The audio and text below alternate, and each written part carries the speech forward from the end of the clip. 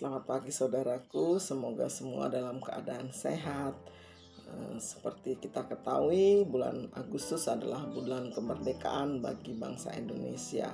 Oleh karena itu, Gereja Baptis Indonesia Depok mengambil tema bulan Agustus adalah turut berperan dalam membangun bangsa. Diambil dari Yeremia 29 ayat 7. Sebelumnya mari kita berdoa. Tuhan Yesus, kami mengucap syukur untuk bulan Agustus ini.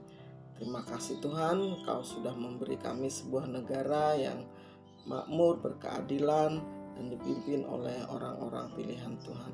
Sebentar lagi kami mau belajar tentang firman-Mu. Tuhan tolong agar kami boleh memahaminya. Di dalam nama Tuhan Yesus kami berdoa. Amin. Pagi ini judul renungan saya tulis Pemimpin Bangsa Dikendalikan Tuhan. Sekali lagi, judul renungannya Pemimpin Bangsa Dikendalikan Tuhan. Adapun natsnya diambil dari Amsal 21 ayat 1 yang berbunyi demikian. Hati raja seperti batang air di dalam tangan Tuhan, dialirkannya kemana ia ingini. Sekali lagi, Amsal 21 ayat 1 yang berbunyi, hati raja seperti batang air di dalam tangan Tuhan, dialirkannya kemana ia ingini. Puji Tuhan.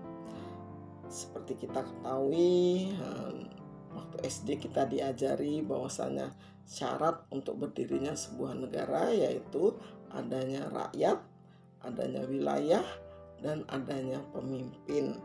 Nah, pemimpin ini penting sekali karena dia yang akan menentukan arah kebijakan negara tersebut. Nah, zaman Alkitab ditulis raja adalah pemimpin negara. Dan zaman sekarang peran raja itu sudah digantikan.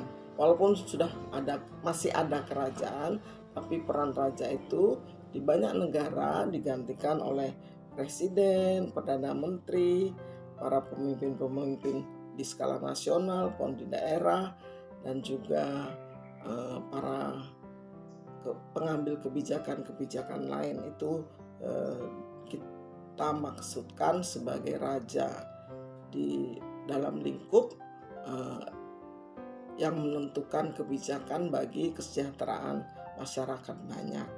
Demikian juga di negara kita, walaupun di daerah kita sebut raja itu termasuk juga wali-wali negeri, Pak RT, Pak Lurah, dalam skala kantor, para pemimpin kantor kita, para direktur, semua itu dimaksudkan dalam kategori raja di sini. Jadi hati mereka ada di tangan Tuhan, seperti batang air di tangan Tuhan. Amsal 21 ayat 1 tadi mengatakan hati raja atau hati pemimpin negeri, pemimpin dimanapun berada adalah seperti batang air di tangan Tuhan. Siapa sih yang tahu hati seseorang? Siapa sih yang bisa tahu pikiran seseorang? Nah, hati di dalamnya termasuk juga dalam kategori, termasuk dalam kehendak, kemauan, kebijakan, pengambilan keputusan, semua itu dikatakan dalam kendali Tuhan. Ada di tangan Tuhan. Tangan Tuhan memegang hati para pemimpin ini. Dan dikatakan seperti batang air. Seperti batang air. Hati raja seperti batang air di dalam tangan Tuhan. Air. Siapa yang dapat menggenggam air? Kalau kita masukkan tangan kita ke air, kemudian kita angkat, kita genggam, dan buka lagi. Adakah air yang tersisa di tangan kita? Coba lagi, ambil. Kita genggam. Semua akan jatuh, menyebar. Nah, Kenapa Tuhan bisa memegang air? Kenapa Tuhan bisa memegang air, menggenggam air? Karena Dia yang menjadikan air. Dia yang menciptakan air dari tidak ada menjadi ada. Oleh karena itu, sebagaimana air itu Dia yang ciptakan, Dia yang bisa menentukan air ini mengalir kemana. Seperti irigasi, mau dikirim ke sawah kah, mau dikirim ke kolam ikan kah, mau dikirimkan ke rumah-rumah penduduk kah. Kalau zaman sekarang harus pakai pipa, harus ada galian.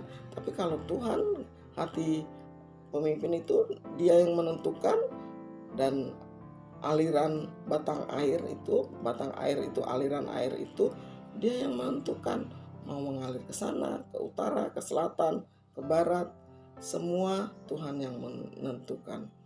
Sebagaimana air adalah sumber energi, sumber kehidupan bagi makhluk hidup, demikian juga batang air ini untuk kebijakan pemerintahan itu ada di tangan Tuhan. Sebagai mana air dialirkan ke dalam saluran irigasi, demikianlah Tuhan menyalurkan pikiran raja, pikiran pemimpin-pemimpin bangsa ke arah yang dikehendaki Tuhan. Sebagai orang percaya, kita harus yakin negeri ini dipimpin oleh orang-orang yang dikehendaki Tuhan. Nah, sebagai orang percaya juga, apa yang sebaiknya sikap kita terhadap pemimpin-pemimpin dan negeri ini? Mereka kan bukan seiman, mereka bukan orang yang sama dengan kita. Aku dulu gak memilih dia, tetapi kok dia yang menang, dia yang memimpin negeri itu. Ingat, pemimpin negeri ini semua di dalam kendali Tuhan. Suka atau tidak suka, kita harus tetap bersikap sebagai rakyat yang patuh. Seperti contoh Ester. Contoh pertama, Ester patuh dan hormat. Walaupun raja itu suaminya, ia tetap menghormatinya. Kalau nggak boleh datang, ya nggak boleh datang. Dia terus berdoa, mendoakan negerinya supaya ada kesejahteraan. Dan betul Tuhan menjawab doa Ester. Orang Yahudi diberi kebebasan di Persia, di pembuangan, karena Ester yang berdoa dan Ester patuh dan taat kepada raja. Kemudian yang kedua, selain patuh dan hormat, tidak melawan, tidak membangkang, taat aturan. Contohnya Daud.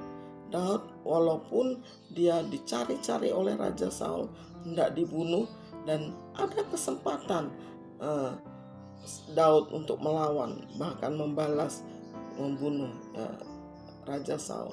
Tetapi dia tidak melawan, tidak membangkang, terus aja mengambil sikap bahwasanya aku hamba, engkau raja. Tuhan Yesus ketika hendak ditangkap, dia juga taat dengan aturan, dengan kehendak pemimpin negeri.